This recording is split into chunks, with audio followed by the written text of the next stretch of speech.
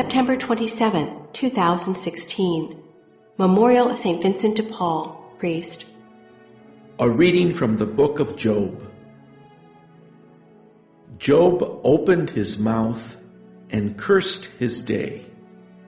He spoke out and said, "Perish the day on which I was born, the night when they said, 'The child is a boy.' Why did I not perish at birth, come forth from the womb and expire? Or why was I not buried away like an untimely birth, like babes that have never seen the light?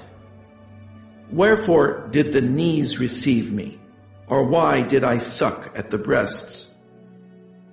For then I should have lain down and been tranquil.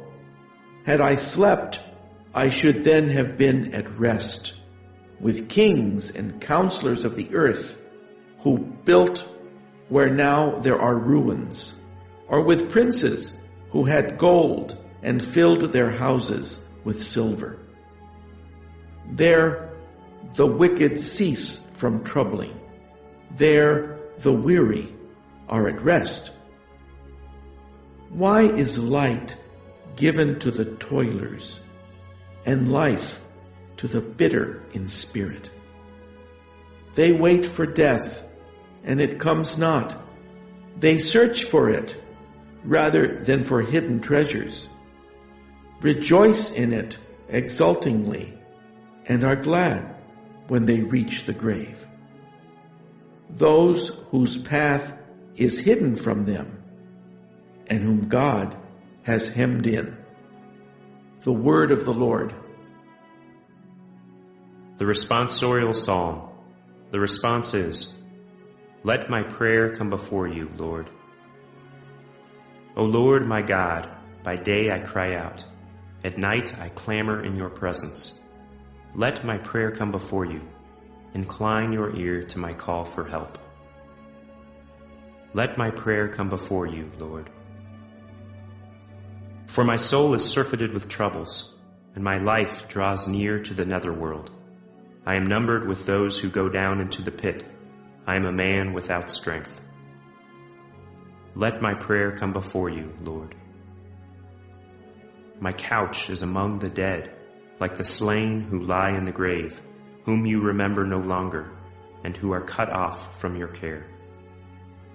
Let my prayer come before you, Lord. You have plunged me into the bottom of the pit, into the dark abyss. Upon me your wrath lies heavy, and with all your billows you overwhelm me.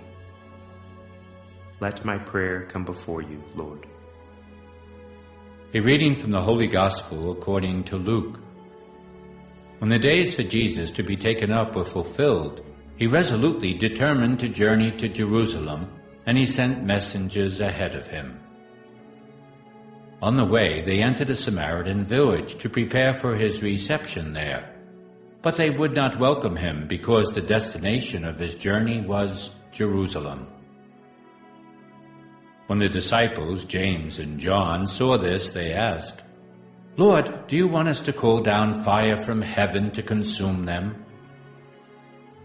Jesus turned and rebuked them, and they journeyed to another village.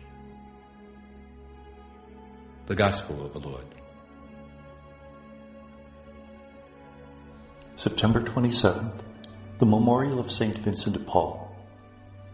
The first reading is from Job 3, 1-3, 11-17, and 20-23. Remember, everything was taken away from Job, and yet he refused to curse God. But he did curse the day on which he was born. He said it would have been better if he had died as a stillborn. It would have been better if his eyes never saw the light of this world. Because what does this world hold? Just misery. You basically wait for death and it doesn't even arrive. And so Job is miserable. He's incredibly depressed. And yet he refuses to curse God. He is a virtuous, righteous man who has suffered terribly and doesn't understand why. And yet he tries to hope when hope seems impossible. But his hope is not based on a restoration. His hope is based on the idea that there must be a reason for what's happening. The Gospel is from Luke 9:51 to 56. In verse 51 we hear Jesus is on his way to Jerusalem. Very interesting, in the Gospel of Luke, from 9:51 until the Passion, Jesus is on his way to Jerusalem. And we have to remember, it's not all that far from Galilee to Jerusalem. The message being that Jesus is on his way to his destiny. Jerusalem is the city that God has chosen to reveal his salvific work. And Jesus has embraced God's plan. Therefore, from relatively early in the Gospel, he's on his way. Now, the Gospel of John, which was written after this, will take it one step further. Jesus is on his way to the Passion right from the very beginning. In fact, it's at the beginning of the Gospel that he cleanses the temple of the vendors. In the Synoptic Gospels, that occurs right before the Passion.